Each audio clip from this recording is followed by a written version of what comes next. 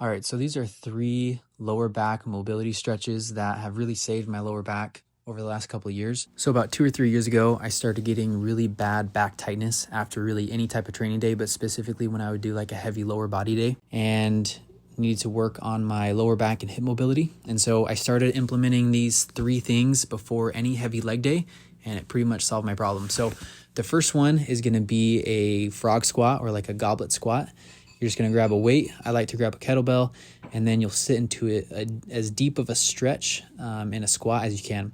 I like to kind of shift back and forth like you see me doing. It's a good way to work on ankle dorsiflexion.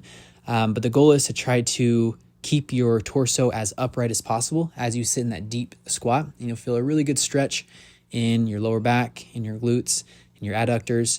So that's the first one. Second one is a wall straddle stretch. So you're just gonna scoot your butt all the way up to the wall, and then you're going to go into a straddle and then just stretch as far as you can. And then for this last one, I actually like to throw my shoes back on just because your socks are kind of slippery on the wall, so you need a little bit of grip. But now you're going to sit into a inverted frog squat. So you're going to basically go into a deep squat, but with your legs up on the wall.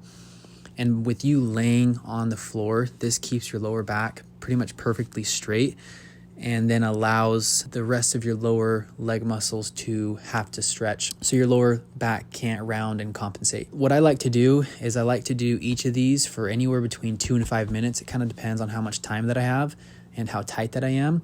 But ever since I started doing these before any heavy leg day or just really before any training day, I saw a huge difference in how my back felt. So I hope this helps.